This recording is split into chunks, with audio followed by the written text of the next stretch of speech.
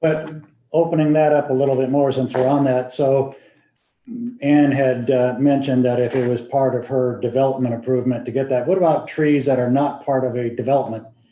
You know, on any given town street or anything like that, tree is there, homeowner wants to remove it. They can remove it. Okay, that's what I wanted to make clear. Thanks. You're welcome.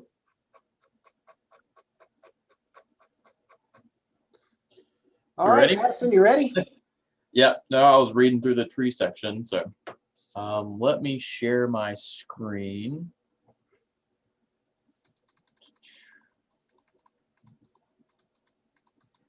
Can you all see the chapter 10 signs? Yes. Okay. Is that a good size for everybody, or would you like it to be a little bit bigger? A little bigger, please. A little bigger, okay. Better? Okay. All right, well, diving right into two signs. I had the pleasure of drafting the majority of this. So with our sign ordinance in our current UDO, it was not content neutral. And so one of the biggest things coming into writing our new LDC specific to signs was ensuring that it was content neutral, where it wasn't calling out particular signs for what they were. So for example, we wouldn't have regulations for church signs or for, you know, like specific signs for like daycares or anything. It wouldn't be specific, but it would be specific to the size, location, type of sign versus like wall sign versus monument sign. So we really corrected a lot of that with our sign ordinance before diving in. So, so you can see here the purpose and intent is anything that is erected, altered, or maintained as of signs.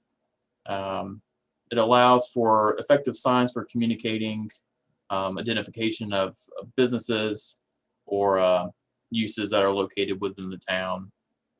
And so the intent is to protect and enhance the view of properties, avoid distracting, confusing, or misleading signs, avoid interference with protected free speech and commerce, and then ensure that these signs are permitted properly to avoid wrong permitting of location of signs or just them being a hazard or nuisance, and then to add to the positive visual impact of these signs.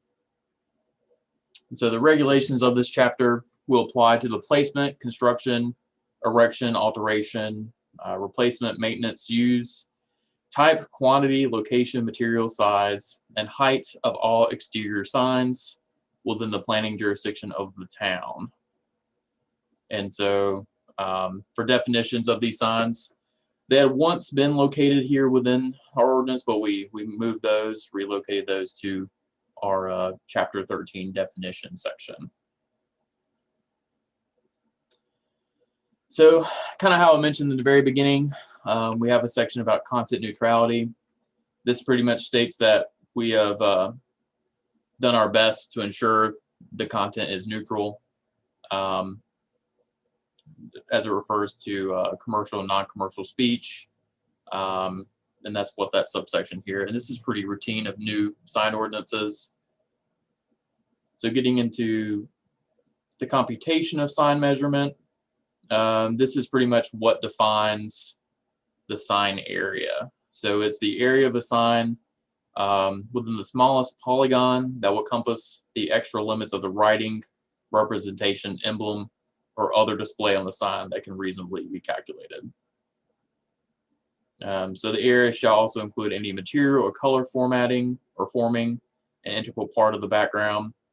So for example, like an Aldi sign, they have the kind of blue and gold color, and that would be a part of the sign computation area, because that's kind of part of their logo and their appeal. And so frames or structural members. So if you have a large monument sign, the bricking of it will not count as the computation, but the message itself within the brick would be that. And then it shows a graphic here. It's a little blurry with this. It's usually a little more less pixelated, but that's something that we can adjust as well. Oh, and then it mentions the computation of height and how that's measured. So exempt signs. These are all signs that are exempt from the requirements of this chapter. In some instances, building permits may be required for some of these exempt signs, such as electrical permit. So warning and security signs placed on utilities will not be, they are exempt from the sign, so they will pretty much means they will not need a sign permit and follow these sign regulations. So any government signs or signs for nonprofit organizations, signs for athletic fields, scoreboards, or internally oriented signs on athletic fields, vending machine, ATM, gasoline pump, or other similar signs. So these are the incidental signs, like the numbering of gas pumps that they usually have. Yes, you have a question? Well, yes. So I'm just going to refer to some things that we had when I was on the Board of Adjustment. I remember a case where it was the sign for Waxhaw Elementary. It was an illuminated sign, and because it was in the residential area, they had to ask for a variance. So now is this giving schools an exemption by saying government signs? Would schools fall under that? I don't think so. From my understanding. So I think also the intent of that was the type of sign and its location too. Mhm. So I don't think schools would apply to this as far as government signs. Okay.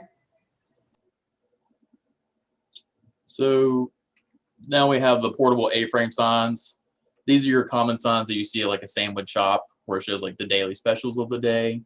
Hey, Madison, can I jump in for a second just to clarify that a little bit? Sure. A little bit more. Tracy, it's specific to signs that are informational, directional, wayfinding type signs, things like that. Yeah. For a school sign there, I mean, that would be permitted like any other freestanding sign would. And if they can't meet the requirements of the ordinance as determined by the zoning administrator, then that would be where they would have the option like they did before to get a variance. Okay. Thanks, Jeff. Hey, Jeff, and also, isn't some of that county property? For what instance? Well, a sign on school property, would that not be county property? I think It the would property be. was, yeah. But they would not be a freestanding sign for a school that's got internal lighting would not be one that's got legal notice or an informational or wayfinding type sign. It's a different type of sign, and that's what would be exempt as opposed to the freestanding sign for the school. But Pedro, is your question jurisdictional? Is your question that whether or not the town has jurisdiction over a county property? That's in part. For example, there was a thought to put up a sign at one of the local schools, and the question came up whether do we have to follow the town sign ordinance or a county sign ordinance, being that the sign would be on county property. You would have to follow the town sign ordinance because it's in the town's jurisdiction, yes. Even though it's county property? Yes. Okay. And so, so we have flags as well. Flags are not required to follow this ordinance. You have holiday, sports, and goodwill decorations. Then you have signs for temporary uses, the uses that are defined in Chapter 4. And then a directional and identification signs. So these are signs that display the address, directions within an internal site, including signs for restrooms, entrances or exits, and then no trespassing signs. Madison, can I drop back to Article F on flags? Are we talking specific flags? Generally, we talk about federal and state flags in this instance. Does this mean they can have a school flag 60 square feet in area and put it on their roof?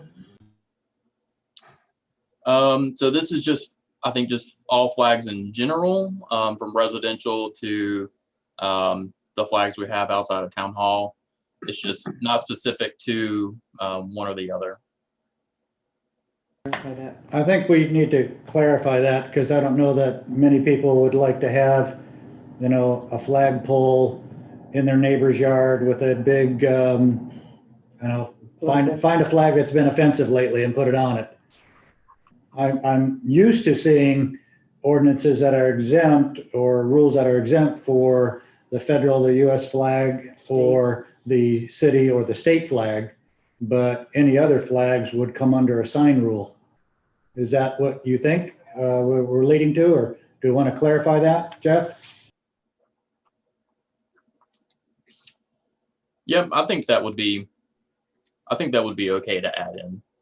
Jeff, you were muted. Oh, my apologies. Yeah, no, that's supposed to be specific to US flags, state flags, as you mentioned before. So we'll make that clarification. That's a good catch. Let me jot that down. Thanks, guys.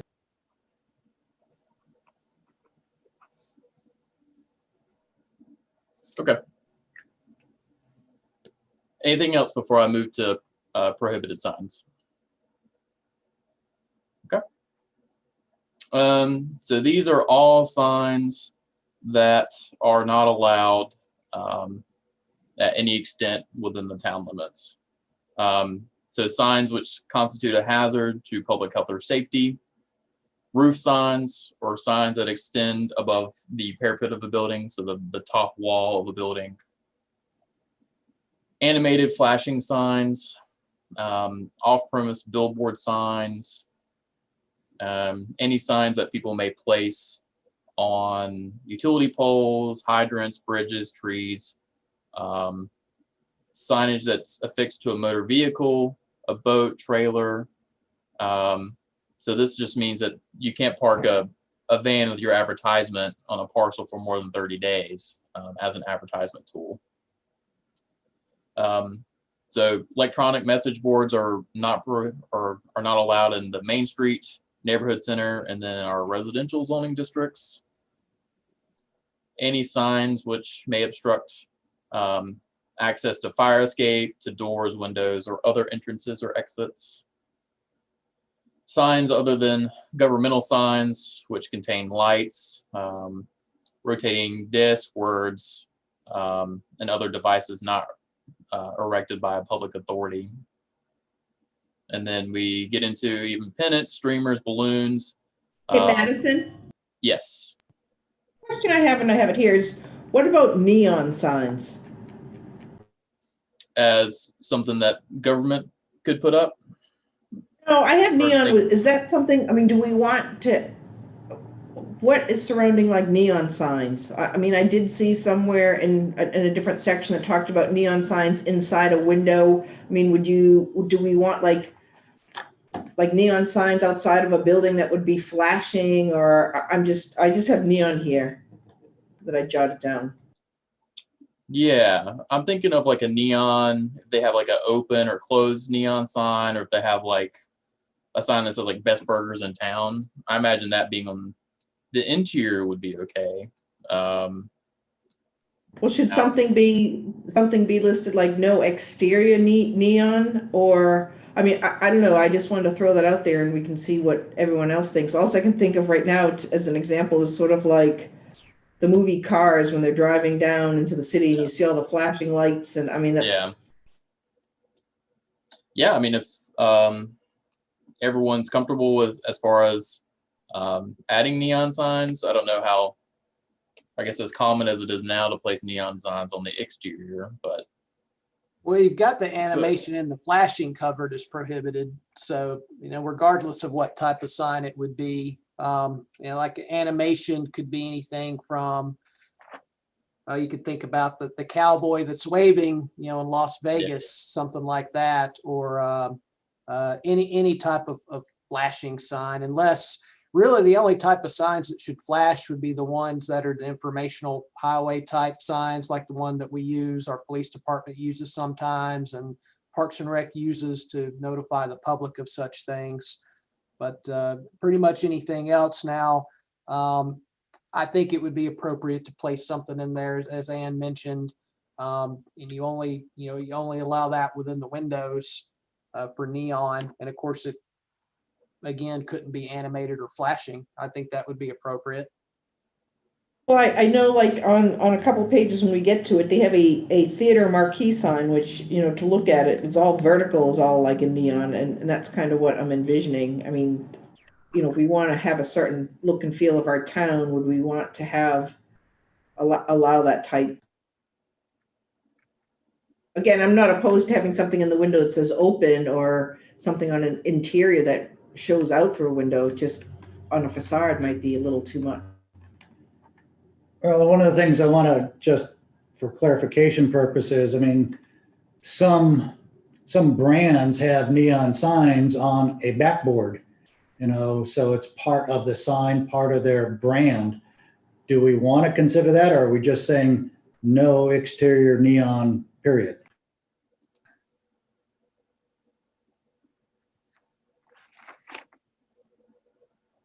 Or Went quiet. Yeah. I think at some point we're going to have to consider it on a case by case, no? Yeah, I think I would give, you know, someone the latitude to integrate it in, because there's going to be some, I mean, can't really think of, you know, a specific example, but there's going to be some that might be a very well designed, very appropriate sign, but the lettering might be neon because of the era in which it might represent. So, you know, it might be nostalgic or something like that. So you had a 50s diner, you might want a 50s diner type of sign, but maybe it isn't freestanding neon, it's within a background, a frame, brick, whatever. So I would say, to Pedro's point, on a case by case, or at least give the latitude by the zoning administrator at least to make a decision. I think you have the safeguard. I mean, the biggest concern is it's some kind of motion or animation or flashing or something like that. It's already prohibited. So, you know, we have that safeguard in place, regardless of whether it's a neon sign or any type of sign it could be. I mean, that would be specific to electronic message board signs as well, or, you know, any other type of motion. Well, like, you know, back in the 80s when I used to go eat at the Shoney's Big Boy restaurant, you know, and the guy had the big hamburger and he was, you know, moving in circles. So yeah, I mean, it restricts all those type of things as well. So, I mean, I was gonna say, I'm not necessarily opposed to neon. I just want to make sure that we have a certain look and feel, that we don't look like a Las Vegas if people wanted to come in with that style of sign. Big That's arrows. Yeah. Yeah, I think it'd be okay as far as if we wanted to add a zoning administrator may approve specific neon signs, but I think even if they're mounted behind something that might be more internally illuminated to where it's not as bright or as I don't know, as, you know, Las Vegas-y as you would think. Well, we can also regulate the brightness of it, the lumens of it, whatever. well, so what we can take from this is we can try to craft a little sentence here, I think, to cover our basis here. And then when we, you know, go back through the final rundown of all the little changes we've done, we can rediscuss that one and see if what we've come up with makes sense to everybody. Fair enough. If I could just add, I mean, I was going to touch on this when we got to that chart that you have later on, but is that kind of where it talks about illumination in the different zoning sections, like, you know, where it says, it'll say external or internal.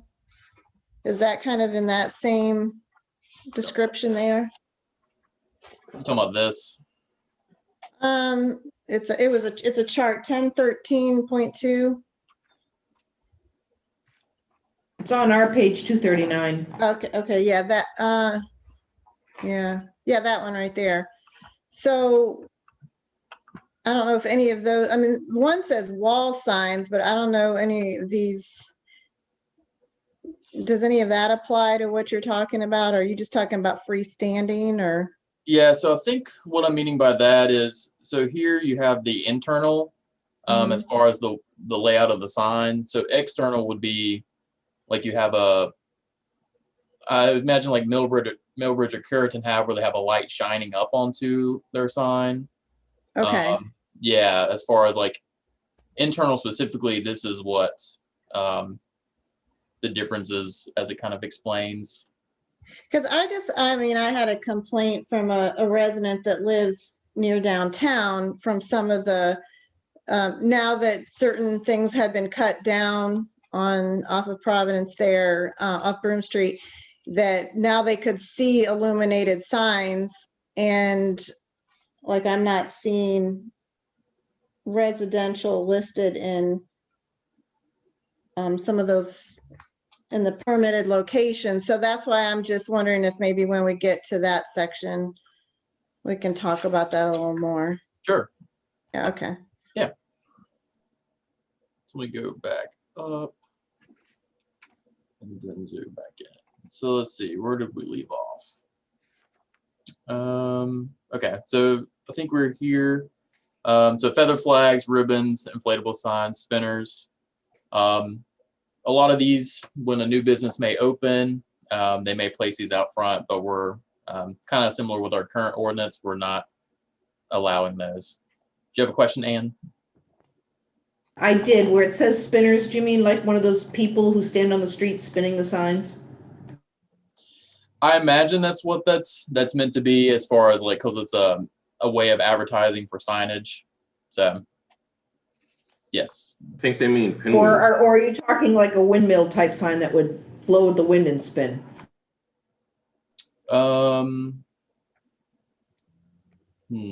Pennants, streamers, balloons, feather flags. Feather flag. I would think you're referring to the spinners Maybe being, the like a pinwheel type, like a pinwheel type of sign. Yeah. Those are pinwheel type signs that have some spinning features to it. So I'm sorry, I was double tasking here, looking back at the lighting section to kind of help with Tracy's questions when it comes up, but carry on, Madison. Yeah, we might want to just add in there and pinwheel spinners, just to be more specific, because that can be kind of up to interpretation.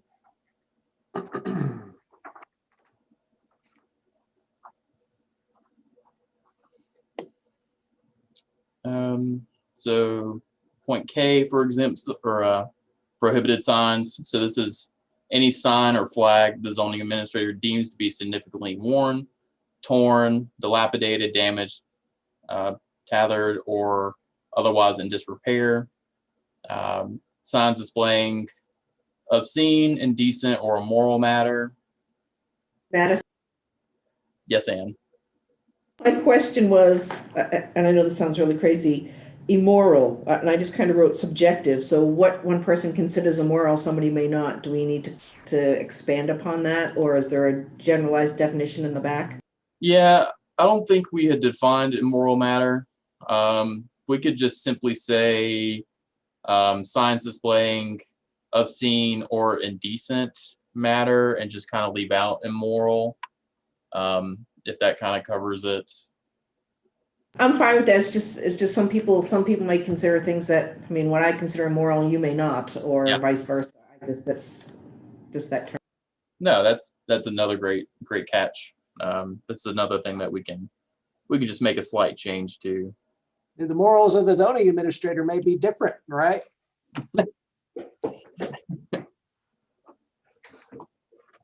Yeah, Jeff, hey, it's Jason.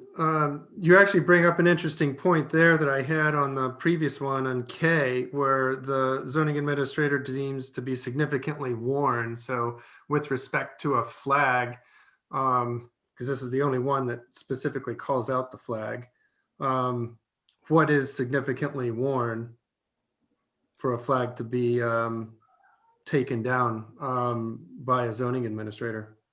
It would be a judgment call of the ZA, and it's the kind of thing too that it's not something that, you know, if we're out and about that we're hunting for things like that, it would almost certainly be some kind of complaint-based type issue. If somebody says that, our neighboring property, has a situation like that, then we would go out and do that investigation and then make that call.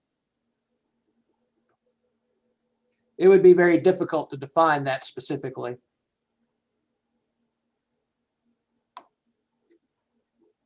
Great, thanks.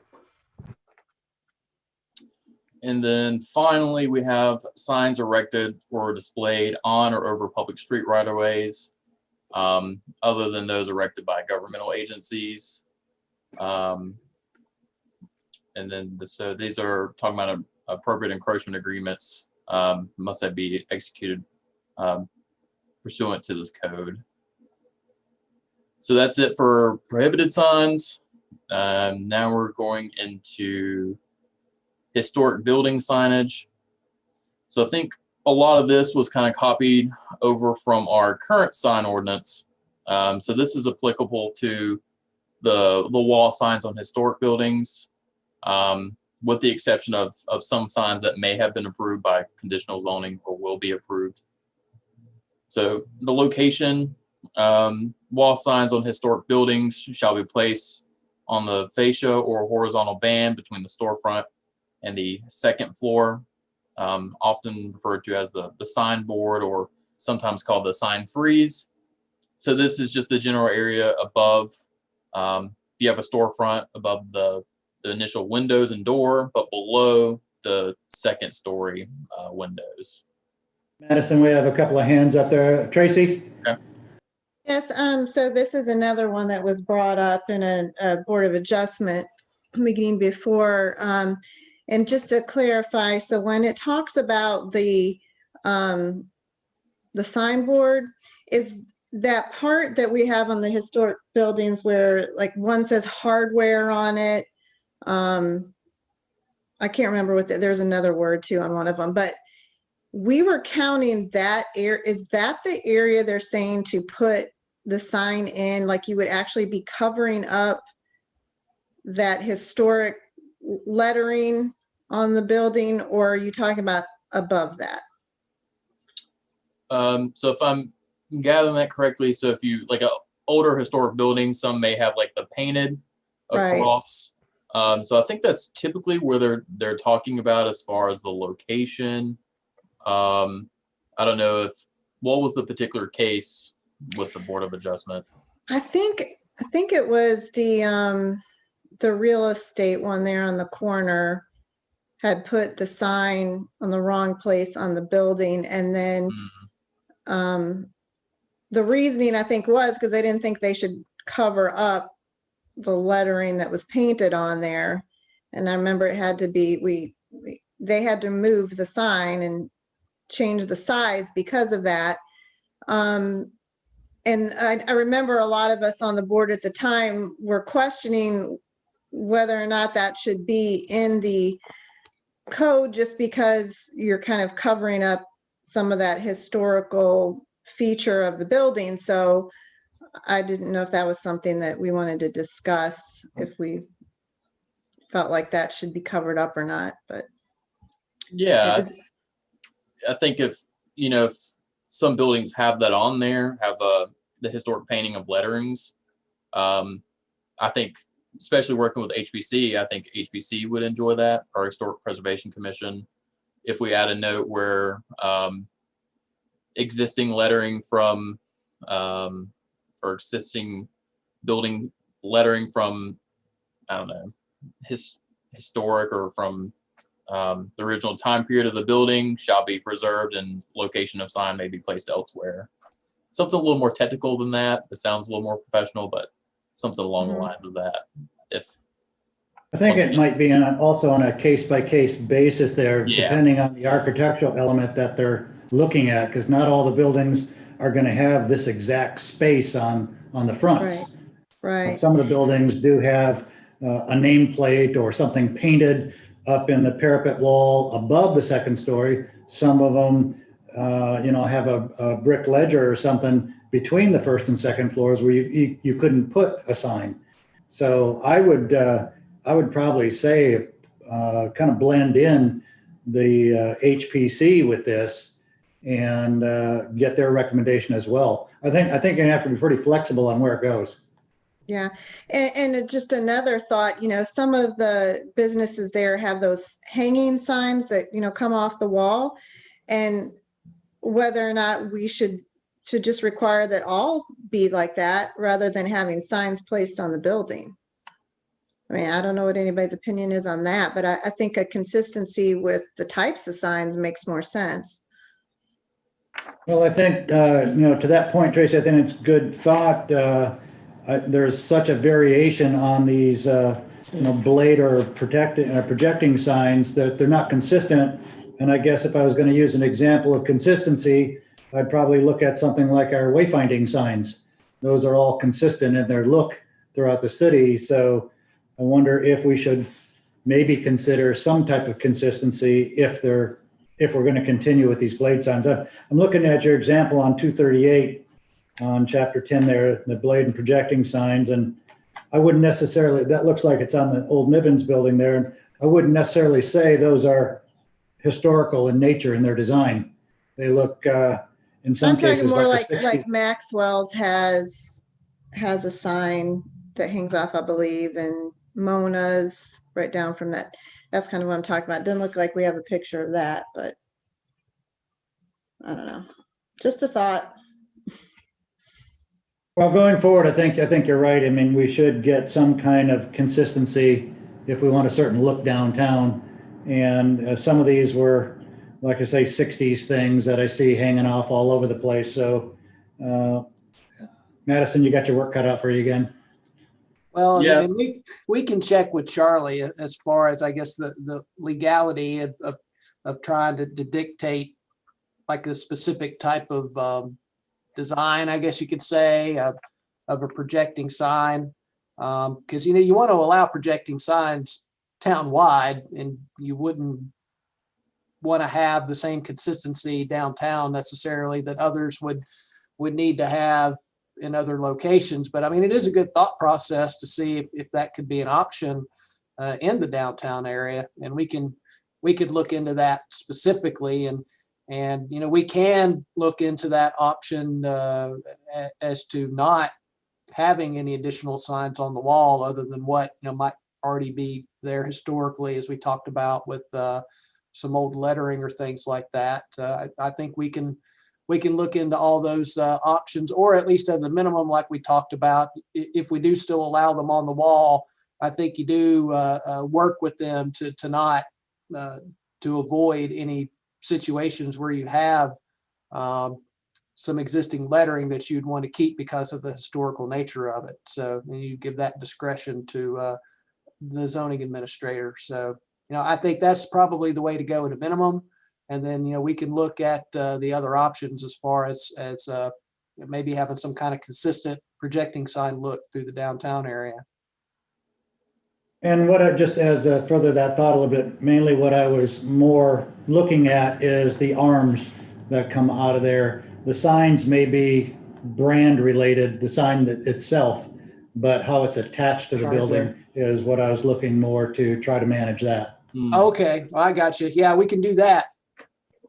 And Jeff, just to kind of piggyback on that too, since I think the areas that we're talking about really is like Main Street area, can we just confine some of that to the Main Street district? Because it's really just within kind of that section of town, I think, where those lettering is over it's on South Main Street. So, could we just kind of put that caveat just for the zoning district into the Main Street area? I think you can, specifically for the Main Street district. That would make sense. And then it would add more flexibility in other areas of town depending on what gets done, because we want to preserve that history and that look and feel of our downtown. That was basically where I was talking about, because we were looking at because we're in the section of historical building. So that's what I was talking about, was just that Main Street. Me too. All right, we can do that. Yeah, good dialogue. Thank you. Something else that I kind of, when we started going here and we were talking about historic building signage, what about if there's a mural on the sign, like I think the Belk building, doesn't it have the Belk sign on the logo? Or, you know, maybe someday there was an old Coca-Cola sign on the side of a building. What about, does that, any of that get addressed in here? Or if So they wanted to like restore something to that? yeah, so we ironically in our old UDO we had murals as part of our signage, but they're not really like necessary signage for, you know, dictating a building or a business. But we do cover murals or public art in chapter 6. So we kind of moved it from here and then moved it to chapter 6 because it's really not specific signage that we would want to kind of govern in this section, if that makes sense. Yeah, this Yes. is treated as informational type, you know, directional signs, all that good stuff, where that we're classifying that more into the public art category and hence move that into the design standards. Yeah, I was just thinking of like the old historic Coca-Cola signs or that had been painted on as a mural on an old building, or I think the Belk building has Belk on the side. Sure, no, that was a good point. All right, let's see. So here we cover, moving from historic buildings, we talk about obsolete or abandoned signs. So non-conforming signs or signs serving a vacant building or site that have not been used for 180 days shall be deemed an abandoned sign and shall be removed. So signage supporting structures and frames used to support non-conforming signs may remain in place. So let's say if you have a monument sign where you can change out the face, you just remove the face of the business once the business has moved on, and the sign structure itself will remain. And then obsolete or abandoned signs may be removed by the zoning administrator within 60 days of notice to the owner at the owner's expense.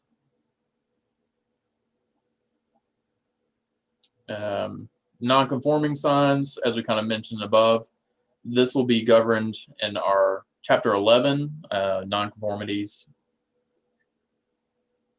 So something that we added here, the master signage plan. So a master signage plan shall be submitted to the town for developments containing one principal structure with over 10,000 square feet or any multi-tenant development. So this is where they will coordinate the styles and colors. Same type of material may be used for attached and freestanding signs. All types of attached and freestanding signs shall produce a unified theme and meet all area and height requirements. A master signage plan will be required to include the following guidelines. So before I get into the guidelines, I guess the best example of this would be kind of downtown where the Pelicans is and the new skate shop. They have a master signage plan to where each new tenant gets a matching, I believe it's a black and gold signage where it's conforming and designed throughout the whole building. Madison, Yes. I know here it says with a principal structure of over 10,000 square feet. What about if it's like, as an example, where the new Bojangles is, and that's like a whole area in there? Wouldn't that want to have a certain identity, look or feel, or even look at Prescott? I mean, I know here this is related to a building or a structure, but what about a certain plot of land? Certain plot of land. I think that could be done as well, as long as the applicants are comfortable with following that, or the developer is okay enforcing that, as far as styles and colors. So I think that's something that could be done as far as either conditional district rezoning where, you know, like the Bojangles and the Aldi and all that stuff, they have a matching sign plan. We can reword that, Ann. I think that's a good thought, you know, to have, well, for in that case, Carrington Square, you know, they do have some unifying themes there, particularly on their freestanding sign, and then some of their other usage of signs. But then they do still, to a certain extent, maintain their own ability to have their own style and logos and theming that they have. But I think there's some room there to add some kind of consistency there for a singular development there that may not necessarily be just multi-tenant, but could be multi-building. We can And that's kind of the point that I want to get. So if you have just like Carrington Square, I mean, I'd like each individual, I know they have to be branded in their logo and things like that, but to have some sort of uniformity where we're requiring it here to make sure it conforms to some higher standard. Yeah, we could do that. You know, the main thing we're wanting to avoid is, well, like, you know, some of us are sitting now in the shopping center at the food line where you've got just different style signs through all the leasable spaces. And when you have a shopping center like this come along again, that you require those unifying themes. I mean, you're not wanting to try to go as far as restrict people or developments from being able to have their own logos and their own branding, but you want to have some consistent themes in the styles of signs that you have. So you don't have, you know, one sign is not a channel sign and the next sign is just a metal sign and et cetera. Well, I mean, if you want to use this plaza as an example, I mean, look at the restaurant out front here, the out parcel. I mean, you'd want some conformity within that whole boundary, I think. Yeah, that's correct. And that's exactly what I was thinking, is maybe that's one of the things that we add in, is add out parcels as part of that to be consistent with the other main buildings. And that's the point that I'm making, because this specifically states a structure is 10,000 square feet, whereas we need to kind of encompass that whole perimeter. Very good. We got it. Let's see, where did I leave off? Oh, so the guidelines. Okay, so the maximum square footage of wall signs shall be 10% of a single wall area. There is no limit on the number of wall signs as long as the maximum square footage allowed is not exceeded. Only permitted freestanding signs to be used shall be a monument sign. Detailed designs of the proposed signs, including size, height, copy materials, and colors. They should show the proposed number and location of signs. Should outline a sign illumination plan, and then show provisions for shared usage of freestanding signs as the larger monument signs that you see for like Curitan and Carrington Square that we just kind of mentioned. So a master signage plan will be a part of any construction document or civil plan submittal required for development and shall be processed with it. And then a master signage plan will be approved prior to the issuance of sign permits. Let's see. Madison, if I could back up on that one on G as well. When we talk about any development, maybe the assumption might be the MPCs or something like that. But are we tying that to definitions of subdivisions or so? 5 lots or more, 5 lots or less, beyond that? Is that what your intention was? You said for G? The definition on G, you got required for development.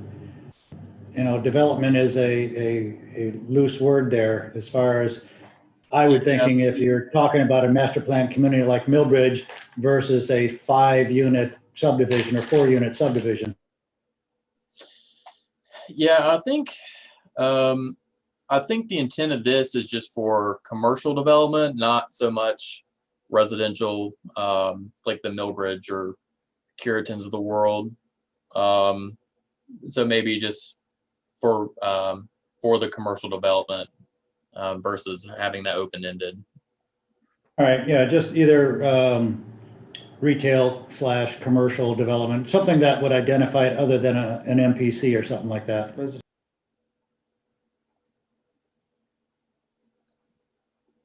You can make that clarification that is for non-residential plans.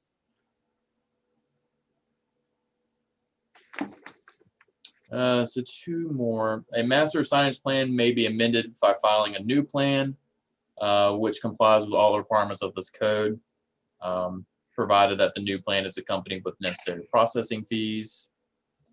And then after the approval of a master signage plan, no sign will be erected, fixed, placed, painted, or otherwise established except in conformance with the plan. And the plan pretty much will be enforced the same way as any other provisions of this code. And then all requirements of this chapter must be met unless otherwise stated in this section.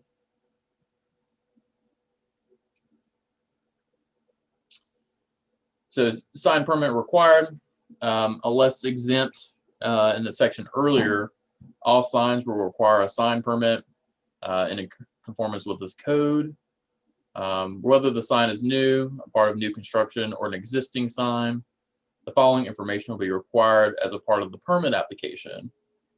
So they will need to describe the new sign, including the drawing showing the size, height, and the site location. Existing signs must meet these requirements. For any reason, the sign is to be changed or altered. So normal copy changes and routine maintenance matters are exempt from this requirement. So just general maintenance is okay and would not require any additional permits. And then some signs may require building and electrical permits as determined by the building inspections department, as many signs do.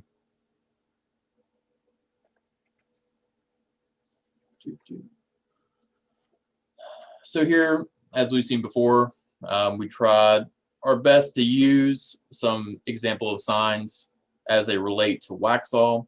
So you have your wall sign examples of the Mary O'Neills here, and then the wall sign for Emmett's. You have your window and door signs, which is this decal or sticker here that was placed. Then you have your awning and canopies. Theater marquee sign, which could not find an example here in Waxhaw, unfortunately, but then we have our blade and projecting signs as an example here, which this image has changed because the Union County Chamber was a bit blurry. Madison, this is Jason. Just a question back there with the theater marquee signs Sure. again. That's actually a very good example, and it comes back to some of the things that Commissioner Simpson and Commissioner Westlake were talking about with respect to neon. Yeah. So are we saying something like this would be allowed then? Well, I think depending on how we phrase it or what we do, as far as it goes, because I'm trying to remember what we had add, because we talked about may approve neon signs on a case-by-case basis. So this might be something that we could permit depending on the language that we add, because I think this is a good example of mention of like a 50s diner. This is kind of historic to the Gym Theater in Kannapolis. What about in terms of if something like that, we would restrict it in certain zoning districts? Like you wouldn't want something like that maybe on Main Street per se. So we've got it Exactly. in 1013. It's attached sign standards. It's D. It's theater marquee signs. And now we've got it as a permitted location to say theaters only. And that's how it's restricted there. So, it would only be for that specific type of use. You wouldn't be able to do that with any other type of use. So it'd be specific to, if we ever had anything, or I guess we're lucky enough to have anything similar to the Gym Theater, that's where you would put that, but you couldn't put that for Waxhaw Diner, for example. Well, I'd want to go back on that, as we had said earlier, at least I had made the comment earlier about, it might be a period or a thematic type of sign. So if you did have a diner, a 50s type diner in any area, really, it doesn't necessarily have to be restricted to the downtown area. But I think I'd want to have those period signage type of flexibilities. I wouldn't say we'd restrict it, because same thing like we're looking at on 239 where you say the theater marquee sign is only for theaters, and it could be for a 50s diner as well. So, you know, give yourself some latitude and there's some flexibility. I think what we're looking for on these neon things is not just to have a freestanding glass only neon type sign in the middle of the boulevard. Yeah, and I think we can add something for the diners and stuff like that. I think you just have to differentiate it out from the theater, because you may not want a diner sign, for instance, to be that big. So I think that's where you'd have the differentiation there. Yeah. So one of the issues with that is, so when we say a diner sign, that's content, and we're not allowed to specify as far as a particular sign. Now, the theater marquee sign is unique, and so we kind of kept that, but we couldn't specify as far as a diner. We could specify kind of the location and size and the type. So that's really, we haven't gotten to that part yet, but it's difficult to define a lot of these things without getting into content as far as it relates to signs, specific to churches, diners, of the sort. Tracy, I saw you had your hand up. Well, so I'm looking over this chart, and so it looks like neon signs are only allowed as window and door signs in your chart, right? It's not like we're talking the up in the air signs or anything, right? We're not allowing that as a neon, it doesn't look like, if I'm reading this correctly. I had that highlighted too because it says neon lettering on window signs. It's the last column under B. Yeah. And I think, again, we got to go back and give ourselves some flexibility on period type signs. And so if we're going to be thematic on anything, certainly in the downtown area, it may be appropriate. So I wouldn't box yourself in, but I think what we're looking for is, you know, an example like this theater marquee sign. It's framed. It's got a backboard behind it. It's just not a bunch of neon tubing stuck in the air. Yeah, and I can look and see if we can kind of frame it in a way to where we kind of keep period specific neon signing or something specific in the downtown to where we can allow that and have the flexibility. So that's definitely something, probably one of the bigger points thus far that I'll have to go back through and kind of see what's pretty common as far as allowing that, but also remaining content neutral. But my Yeah, question is, some other areas. Go ahead, Tracy. well, I was just going to say, so if we're not talking about, I think it's 242 on my page, but the post and arm signs and the pylon signs, I'm assuming those are the signs that are up in the air, right? And so those don't look like they have neon allowed for that type of sign. And I think that's what I was most concerned about, that could be very distracting to residences around the downtown area. Okay. So I just want to clarify, right? Those cannot have, they're illuminated, right? But they're not neon. There's a difference in that. Is that correct? That's correct. Yeah. Yes. Okay.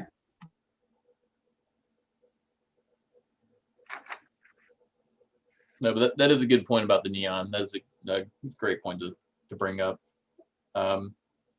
So I guess this would be considered the heart of the sign ordinance. So this is what regulates the size, the height, as far as number and then additional standards as it pertains to specifically attached signs here. So we gave the examples on the page before. So this kind of goes over, so let's say wall signs for a neighborhood center or corridor commercial. You can have an area of 10% of a wall area per elevation. So no sign shall exceed above the roof line.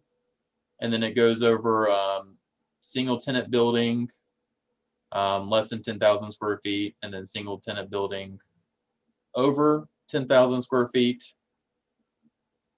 And then additional standards talks about the 12-inch protrusion outward. And then it talks about may not exceed maximum calculated square footage. the allowed types of illumination are external and internal. So this is kind of consistently the theme for attached signs and what we will go over in freestanding signs. So let's go like even windows and door signs. So this will be allowed for all businesses in all districts, excluding home occupations. So you can do 50% of a single window or 30% of the gross glass area on any side of the first floor. And then so you don't really have any heights or number because you're going based off the percentage.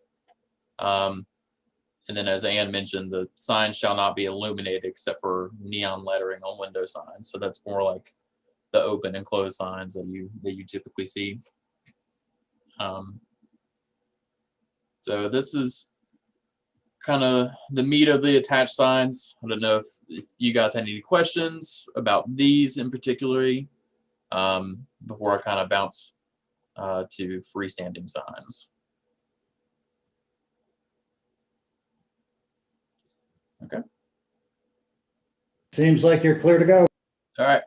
So similar to freestanding signs, this one actually did better because it included examples of signs here in Waxhaw. So this is your typical residential monument sign here for Millbridge.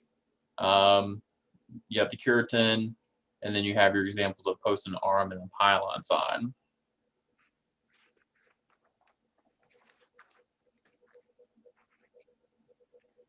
So it's kind of similar format. So we broke it out into residential monument signs versus non-residential. So for residential, in all places where a person could live, which are R1, R3, R4, our neighborhood center and employment center, you have a maximum sign area of 32 square feet. And so this is just specific to the message itself. So for Millbridge, the sign area will be where it says Millbridge, has a little bridge, and then the kind of the coloring of it, which kind of contribute to the sign area. So that would be 32 square feet. The maximum height will be 6 feet. And so 6 feet is for now seeing it is specific to the size of the monument sign. So from the ground to the top of the sign could be 6 feet. So you could have 2 signs per major entrance. And then here goes over some additional standards like 5 foot minimum setback, 10 feet minimum setback. No sign shall be located in any required buffer yard or within 20 feet of any right-of-way intersection. You can't have a ground-mounted sign within 50 feet of another sign. And then when located on the same parcel, there should be a 200 feet separation distance.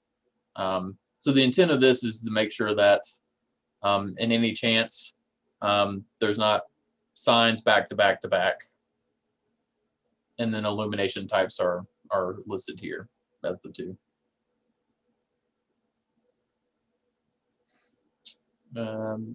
So non-residential monument signs is roughly the same. They have a little bit larger area size. So for a multi-tenant development, you can do 150% of the required sign just to give it a little more area for visibility for signs for businesses. Maximum height of 8 feet. And then you have 1 per street frontage. And then, like I said, for the multi-tenant, please see the master sign plan. And then the additional standards are the same, and then illumination standards are the same.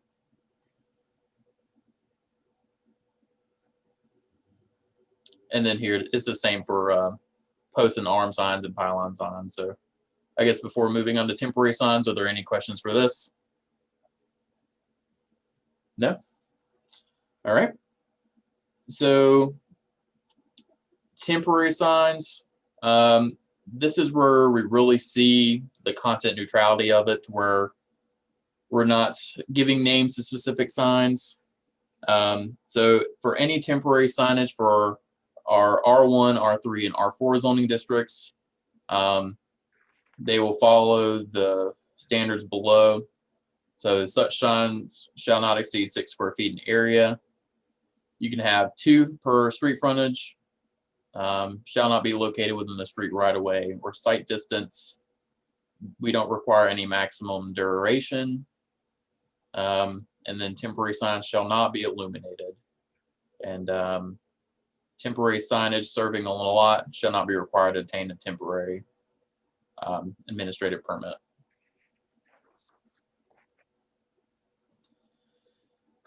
So temporary signage for new developments greater than 10 acres, they will follow these below standards. So it's 32 square feet in area and 10 feet in height, 1 per street frontage. Very similar, not located within a street right of way or site distance triangle. Such signs shall only be allowed during the time such construction or development is actually in progress in accordance with a valid building permit or when lot is for sale. And then temporary signage serving on new developments greater than 10 acres will require a temporary sign permit.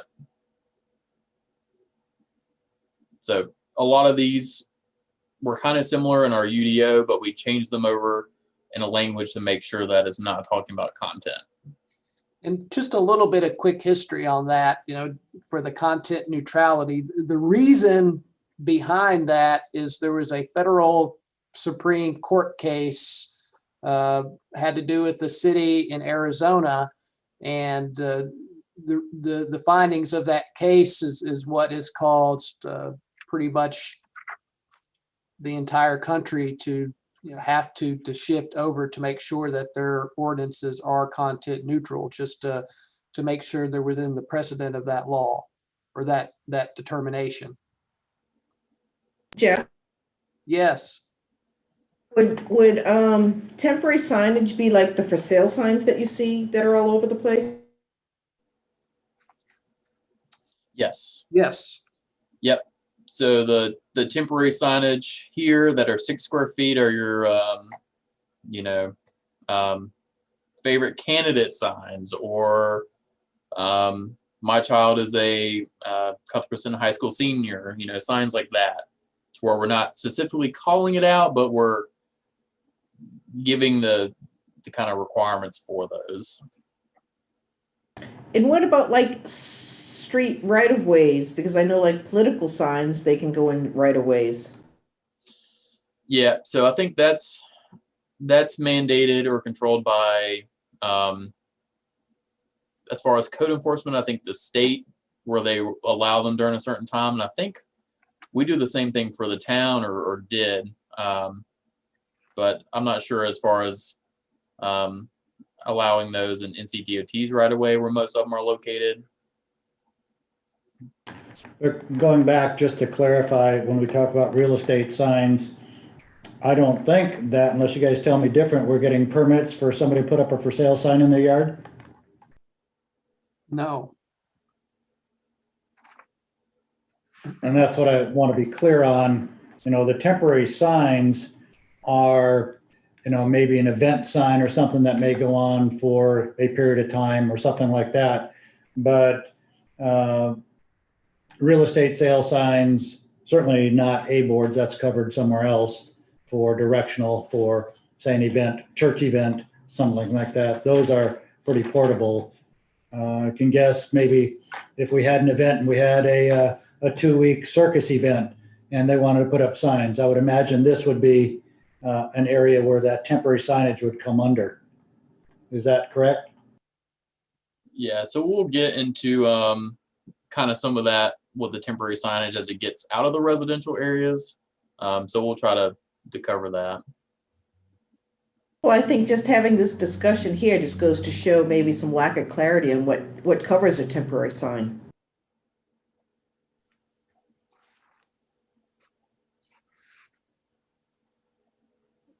Okay, so temporary signage for neighborhood center, Main Street, town center, corridor commercial, and employment center. So they are subject to the following regulations: 32 square feet in area, two per street frontage, shall not be located within a street right of way or site distance. Such signs may remain in place on a lot for up to 45 days. This period may be renewed by the zoning administrator up to a maximum of 3 times per calendar year for additional 30-day periods. So such signs may take the form of a banner, pylon sign, or similar configuration. So I think that may have covered some of your question about, if we have a 2-week circus, they need to put up temporary signs. So this kind of covers it as far as like the size limitation, or a sign type actually. So then we have temporary signage for new developments in the following districts. Shall be no greater than 32 square feet in area, 6 feet in height. You have 1 per street frontage. Shall not be located within the street right of way or site distance. Such signs shall only be allowed during the time such construction or development is actually in progress in accordance with a valid building permit, or when the lot is for sale. Temporary signage serving on new developments greater than 10 acres will require a temporary sign permit. They shall not be illuminated. Temporary signage that exceeds 6 square feet in size shall require a temporary sign permit. So that's for new development, all that. So sign illumination, external illumination must be confined to and directed solely at the surface of the sign and shielded to prevent beams, glare, or rays of light from being directed onto any portion of the right-of-way or adjoining properties. Internal illumination, the only allowable types of internal illumination are channel letters, reverse lit channel letters, or push through acrylic sign panels. For reverse lit channel lights, letters, they must be white.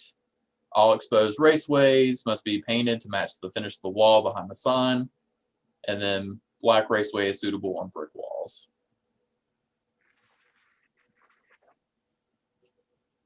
And here is actually an image that we use from our UDO, and it talks about those in a little more detail as far as internally illuminated. Channel letter is probably one of the more most popular, and then you can see here internally illuminated cabinet signs. These are the big signs that just illuminate pretty much all the sign. So those are prohibited in all zoning districts just because of the amount of illumination that these signs produce.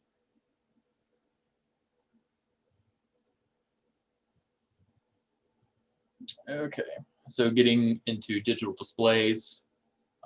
Digital displays are limited to LEDs or LCD boards and shall meet the following restrictions.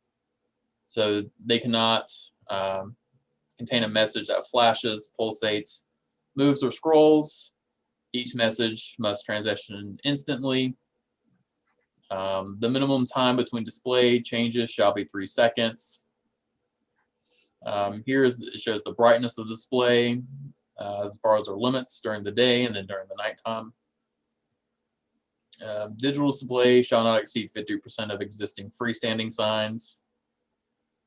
And then in any case of malfunction, they must be set to the default design to freeze it in one position. And then neon tubing. Neon illumination shall be installed in the interior doors and windows. So this is something that, like I said, as we discussed, we'll take a look at. And then all wiring to freestanding signs or to lighting equipment erected must be underground. And then additional illumination shall meet the lighting requirements of our Chapter 8, where we talk about the lighting.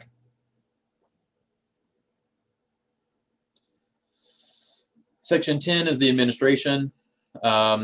Except for signs expressly exempt, no sign may be constructed without an administrative permit.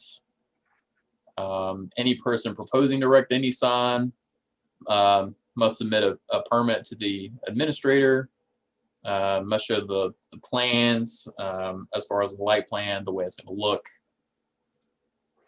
If the work associated with a permit is not completed within 6 months, the permit will lapse. And then finally, maintenance. All signs, including exempt, shall be maintained to a satisfactory state of repair. So this just talks about maintaining the signs to keep that aesthetic of the town. I think that's it for signs. I can definitely get where your voice starts to hurt a little bit, Jeff. Madison. Yes. After or in maintenance, and I don't know if there should be a section added afterwards. So it says shall be maintained. Who determines if it's not being maintained? Well, I know we have some definitions here. Who determines that? And then if it's not maintained, then what? Is there going to be fines? Is there going to be fees? Is there some sort of hearing? What's the process if it's not being maintained? What's next? Sure. So I think we could add something, maybe maintenance shall be, or signs shall be seen and reviewed by zoning administrators as far as their maintenance. And we could always add a sentence about violation as far as them following our violation standards, I think, that we have in our administrative section. And so I add some anticipated, language. I'm sorry, Madison, and I anticipated that question might come up. I think what we'd do is we'd reference violations in chapter 3 and then go by that process.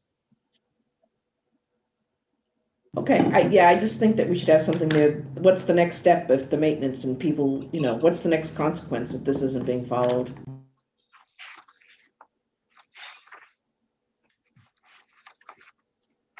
Maybe it needs to be 10.18 violations and then refer to chapter, whatever. Yeah, I think that's exactly what we would do. And just to give you some context to what the process would be, somebody calls in a complaint or we notice something, go out and inspect it, determine if it's a violation. Then the letter gets sent out to that property owner. They get a certain amount of time to remedy the situation. That's the typical process. And then if they don't, within a specified amount of time, then you can go into civil citations.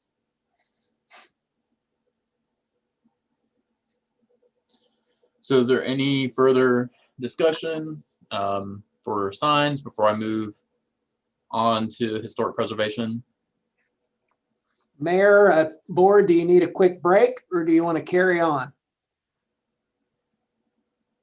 Quick break. A quick break. How about give us about 7 minutes? Okay, very good. Thank you. Yeah. Thanks, everyone.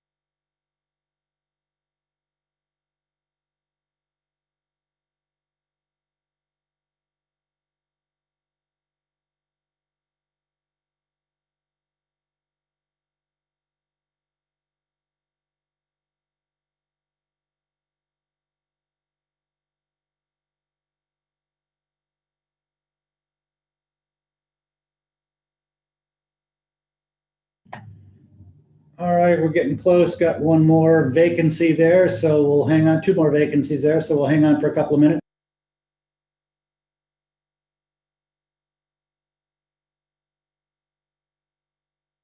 All right, looks like we're all back in, so continue on. Madison, the floor would be yours. Yep. Thank you, Mayor. Let me get to chapter 12. Can you enlarge it? Yep. So chapter 12 is specific to historic preservation as it relates to the designation of landmarks, the establishment of a local historic district, certificate of appropriateness for these landmarks, and then also demolition by neglect for landmarks. So this chapter is kind of one of those chapters that we didn't necessarily really touch a lot. So a lot of the standards in this section are from the new North Carolina General Statute 160D, or we moved them over from our current UDO. So a lot of this is, like I said, kind of already established by the state. And so we just pretty much copy and pasted, or maybe even simplified some of it from the state requirements. And then some things that exist in the UDO that we kind of liked and kind of worked as far as the function of historic preservation in the town. So I can go ahead and start with that as far as we moving forward. So the purpose and the intent of this talks about the value and an asset of the historical heritage. So it's the conservation of historic properties, will stabilize and increase property values in the surrounding areas. And so by means of recognizing, regulating, and acquiring historic properties, the town seeks to safeguard its heritage by preserving any property that shows historic significance of culture, architecture, history, or prehistory, and then to kind of promote the use and conservation of such district or landmark for the education, pleasure, and enrichment of local, county, and state residents. So section 12.2, the designation of landmarks. A lot of this, I would say 99% of this section is straight from North Carolina General Statute, specifically 160D-945. So moving through it, the designation of landmarks, just kind of a broad overview before I dive into the details. So the designation of an additional landmark is something that you all will approve. So the Historic Preservation Commission usually recommends the designation of a landmark for a structure or a property. And in between there, a report is written to prove the significance of it. It's then usually reviewed by the State Historic Preservation Office. Within a certain amount of time, they either support the recommendation or they just add in their own comments. Then it will ultimately fall to you guys to kind of adopt a local landmark designation. Yes. Okay, so this might be a good place just to ask, do we have a list of landmarks that the HPC has already designated? And could this be something moving forward that this board might want to consider asking them to relook at other landmarks, or direct them to go out and seek that? Or I don't know where we're at right now in our landmarks. Yeah, so we have the existing 4 landmarks. So we have the water tank, the pedestrian bridge, the Waxhaw Women's Club or the Belk Building, and then the what we call the Cockanos Building, which is the Waxhaw Antique Mart, and portions of that little shopping area of downtown. So from the past, we've taken a look at, I know the McDonald House that the town owns, and then also I think they even looked at the Niven Price building at one point. So those weren't in consideration because the State Historic Preservation Office said that they are too different from their original status when they were constructed in the early 1900s. So they wouldn't really qualify for landmark status unless extensive exterior modification was done. So I think as part of the HPC or Historic Preservation Commission, that's definitely something that you could ask them to do, to kind of find more properties that would be contributing or that we would want to make or designate as a local landmark. Because there's a lot of historic buildings in general that offer significance. The only downfall to doing a landmark is the expense. Usually drafting a report for proving significance, you're getting a consultant involved.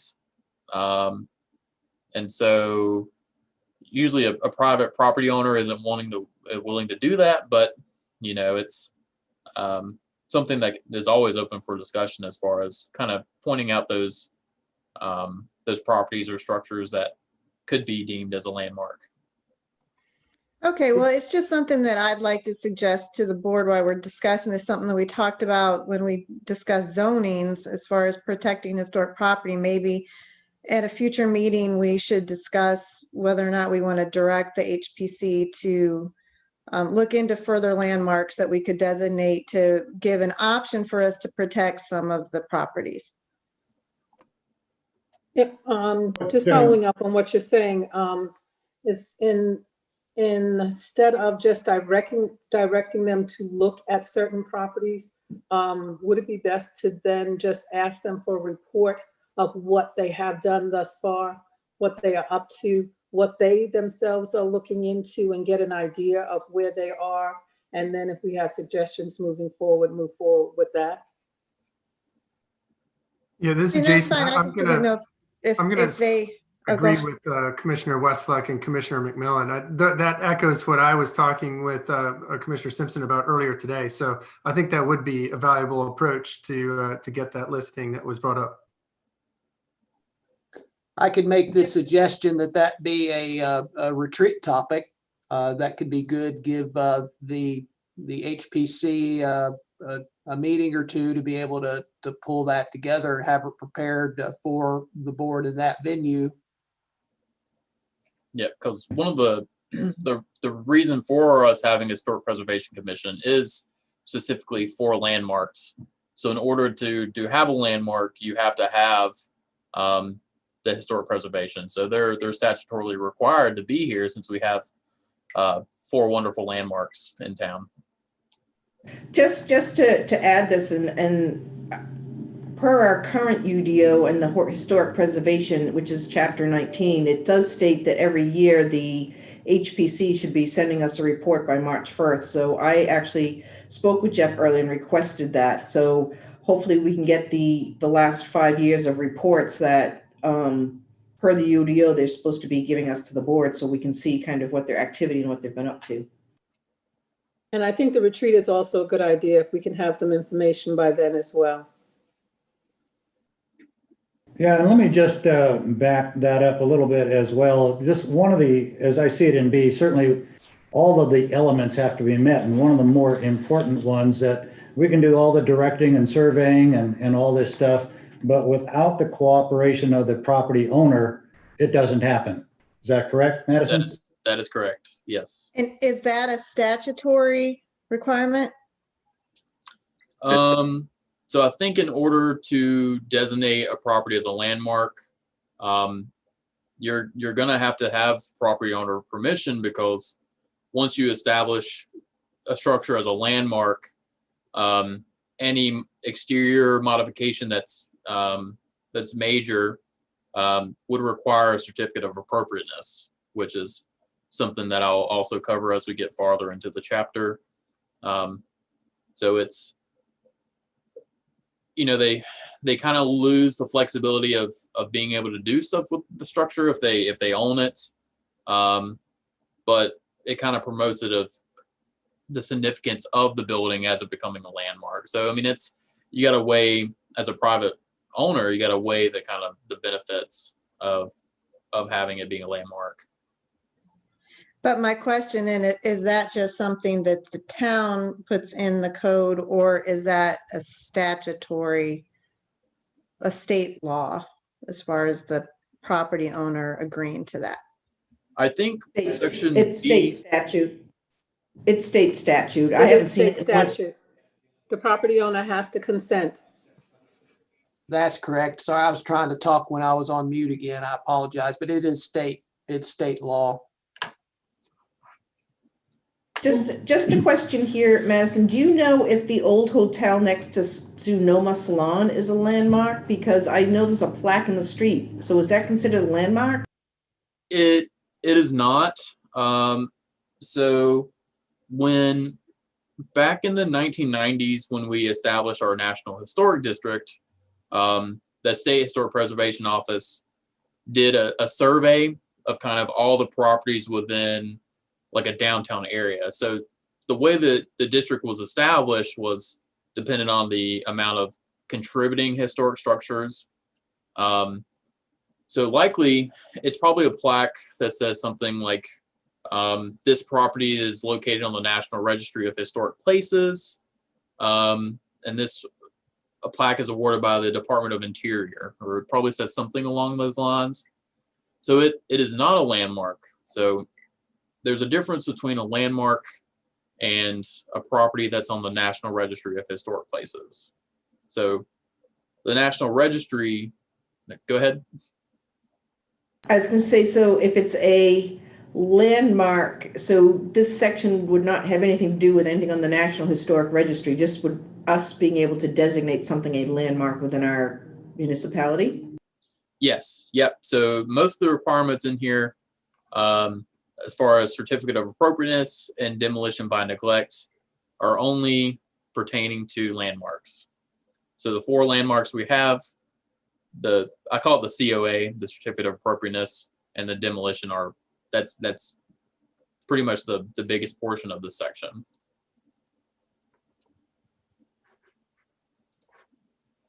So I guess going over this, for the designation of landmarks, the BOC may adopt an ordinance designating one or more historic landmarks.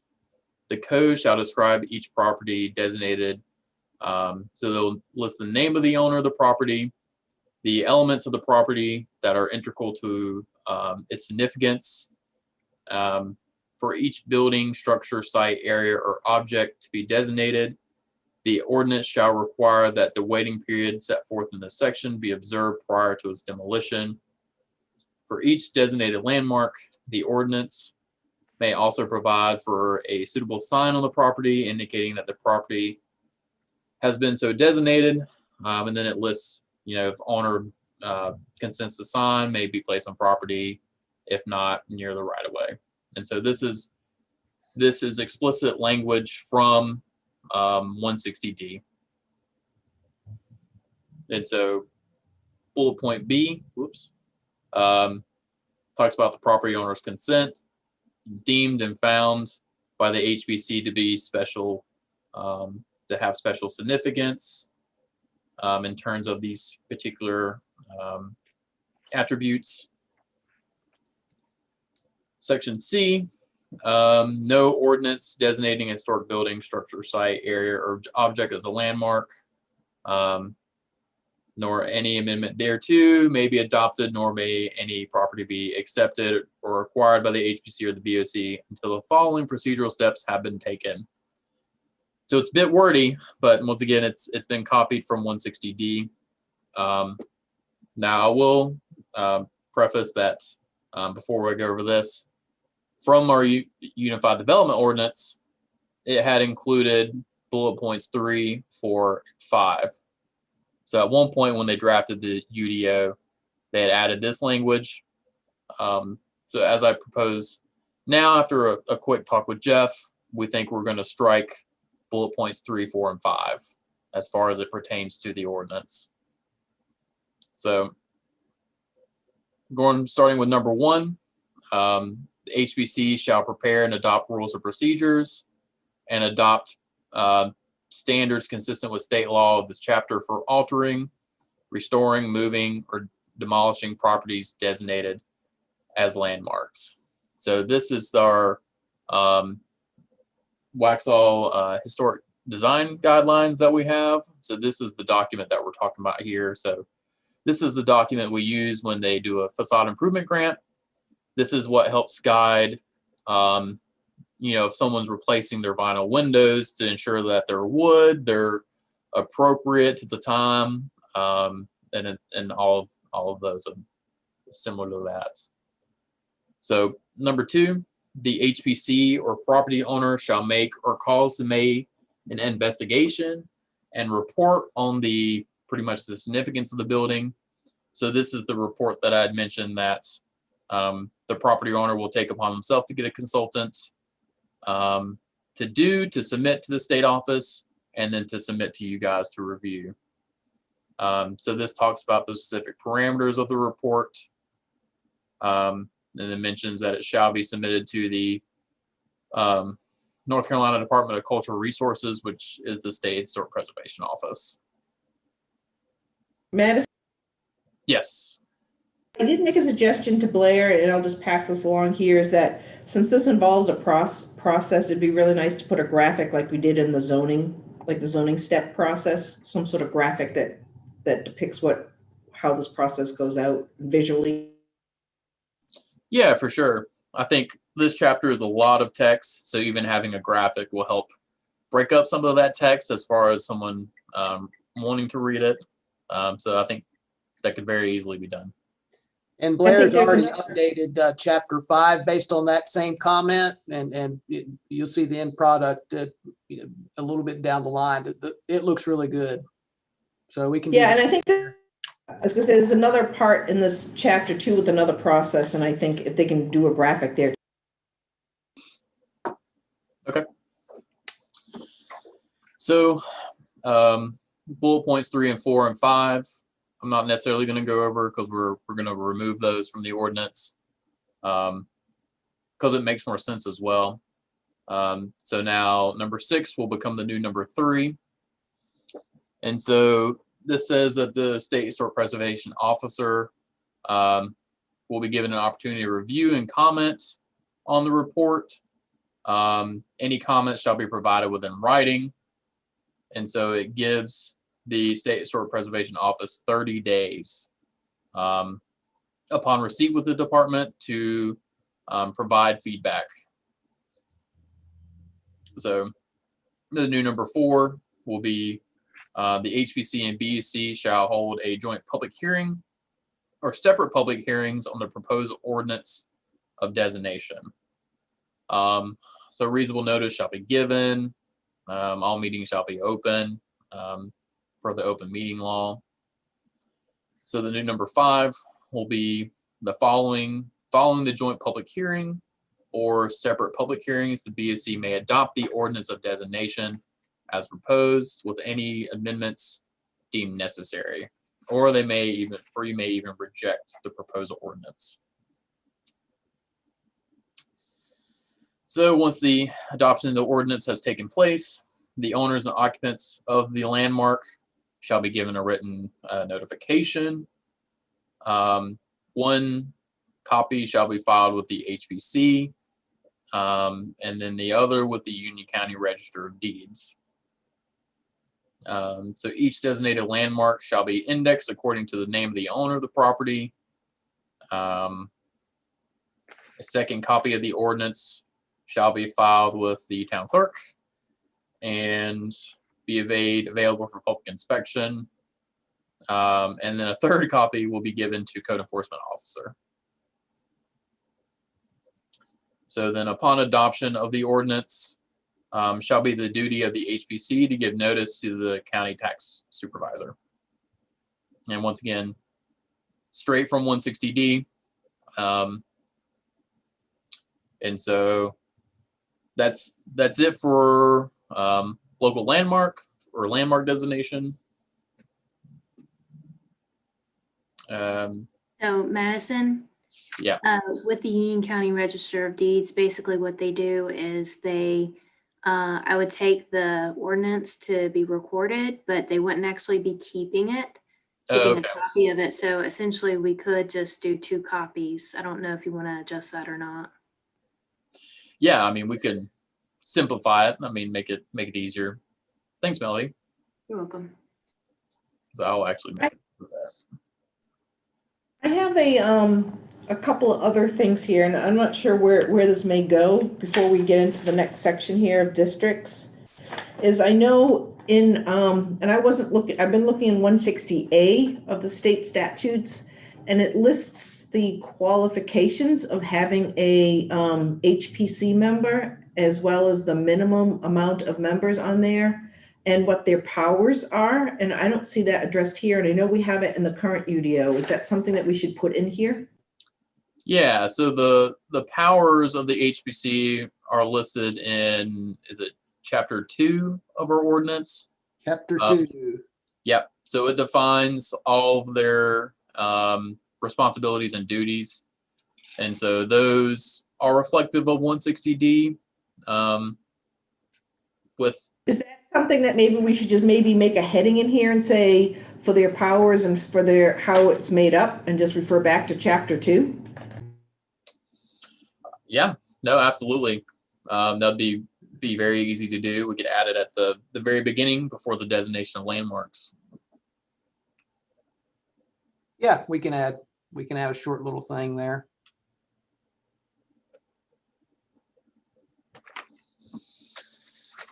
So Madison, can you go back to 254 for me real quick?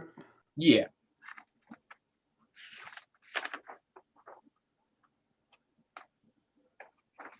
Is this 254? Whoop. This page? Okay, yeah, no, I was just checking in item B, 12.2B to make sure, because in mine, it refers to it as the commission, but I see you've updated it to HPC, so that's good. Yeah.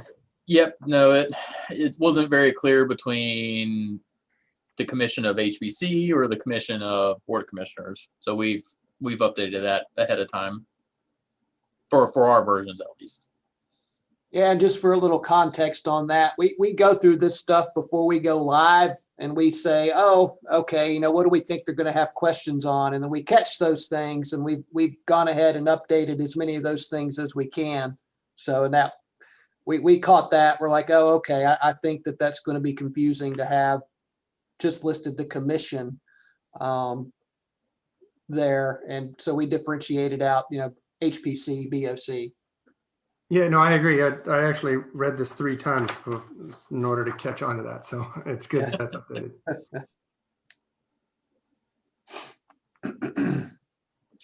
So I think I can cover historic districts. It is a very short section before we have to adjourn it at 6. So historic districts, this is something that you all will, for a local historic district, this is a designation that you guys would vote on and be the decision for. So this kind of outlines the process for that as far as adopting a local historic district. So this language does not match up 100% with 160D, but it's something that we had in our UDO that kind of, it's a more understandable version that we have of it. So 12.3.A. So historic districts established shall consist of areas where deemed to be significant. So procedure for designation, the HBC shall determine whether any areas within zoning jurisdiction of the town possess the character of a historic district. If the HBC makes a determination, it shall cause to be made an investigation report describing the significance of the building, structures, features, sites, or surroundings included within that proposed district. And so they kind of very similar to the local landmark. They kind of start the investigation, and then you guys will be the ultimate decision makers on that. Madison? Yes. So on this, under B, it says the commission or the HPC shall determine. And in the old, in our current UDO and in the 160 statute, it says the HPC will investigate and recommend. I mean, when we use shall determine, to me, that sounds like they are the sole decision maker. And I just want to make sure we have checks and balances in there. And, shall determine, is that the last authoritative piece of that? Whereas if they're investigating and recommend, then Yeah. I think that language just needs to be adjusted. Sure. So we could do the commission shall recommend or Investigate and recommend is how the current statute is written. Okay. As you follow Can I up, just ask why was it changed from the current UDO to the way that it is written here in the LDC?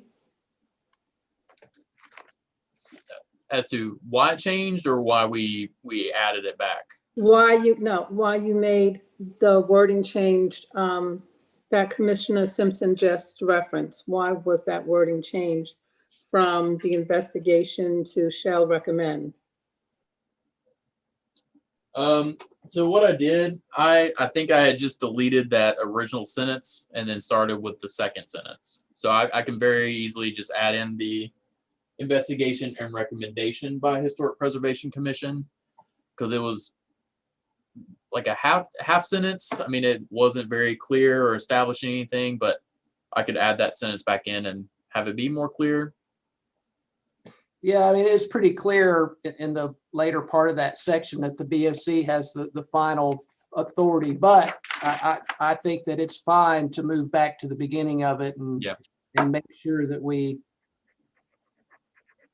make it clear that they are the recommendation body as well. I think that's fine.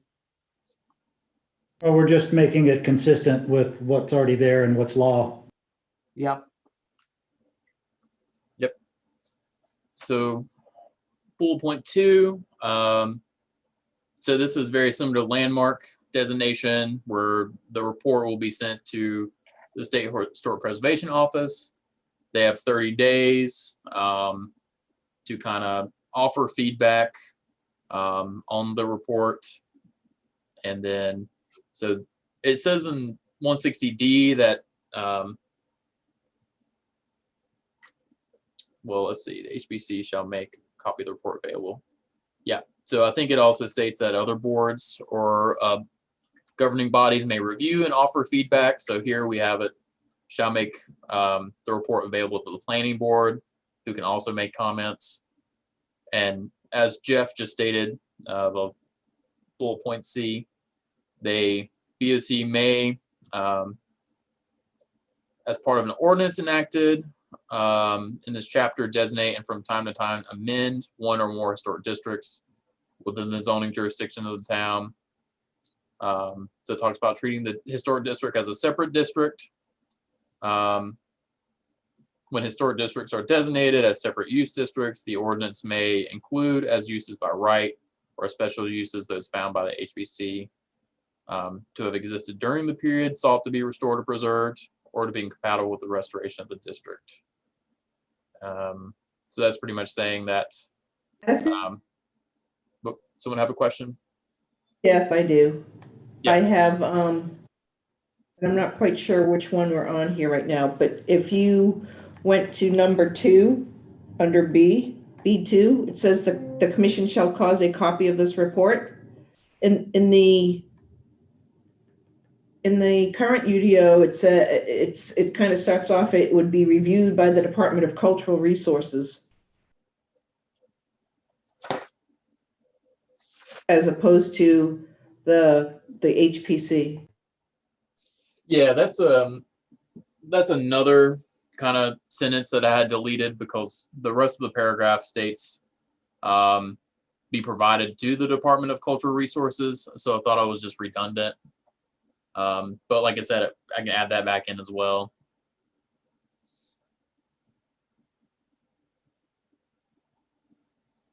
And then proposed changes to the boundaries of the designated historic district must comply with the requirements of this chapter.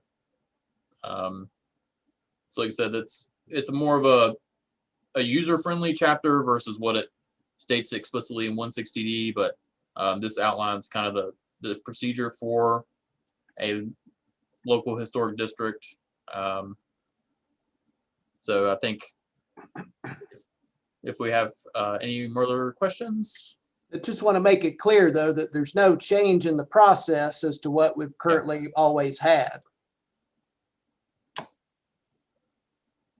Right, and let me ask a question to see if there were any changes between the two. When we're looking at C in this historic district section, would not that have the same, the Board of Commissioners would have the same weight as section or paragraph 8 in the section before it? It doesn't seem to flow from what happens after these first steps, and then it just says the Board of Commissioners may, as a part of an ordinance, enact. Wouldn't you want to say in there, you want to lead in that, making sure that the approval process went all the way through, so the Board of Commissioners would then have the requirement to approve or deny bringing in this district? Yeah, we can make those two consistent. That's a good suggestion. Thank you. And we're at 5:59 right now. So any hands up on this section, or save it until the next time? So, Brenda, I can't tell whether your hand's going up or you're just moving around. No, it was going up, but I'll save it until the next time. Write it down. Do you have a I question? did. All right, are we all in for the moment? Because we're getting at a hard close time here. So if we're all in at the moment, no other questions that I see any hands up right now, we are going to move to adjourn this meeting and don't even have to have a motion. How about that? So we'll see you on the next screen. Thanks, everybody. Bye, everybody.